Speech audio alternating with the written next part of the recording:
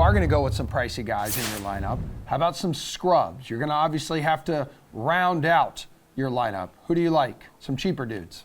Yeah, no, and again, I mean, these guys are going to be just as important this week as obviously the top players we're talking about, for DFS anyways. But I mean, a couple guys jump out as they just seem like, obvious picks. And maybe they're going to be, again, it's going to lead to like a lot of the similar builds. But Todd Gilliland, I mean, he's just a consistent driver. Like he just shows up. He doesn't get in crashes.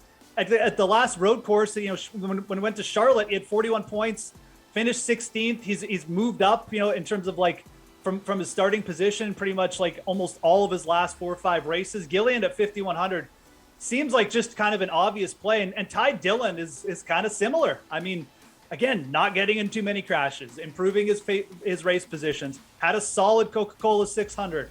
These are all just positives for guys who are under 6K, and they're probably going to get us a few points again.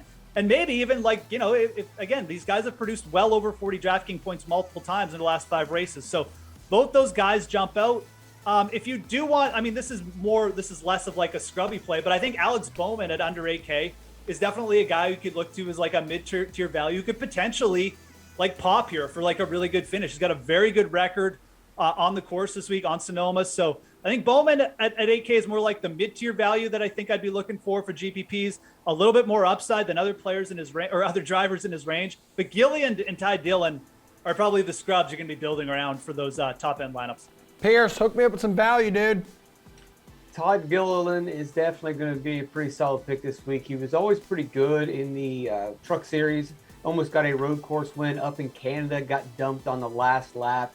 He also has road course experience at Sonoma way back early in his career. He competed in the K&N West Series, so he's run laps at Sonoma, so he knows what he's doing. Chris Buescher's way too cheap at 6,100. A very solid road course racer. He's been exceptional during the stage racing era. And what I mean by that is with the stages, there's an automatic point where they're just going to reset the field. So it's impossible to lose a lap.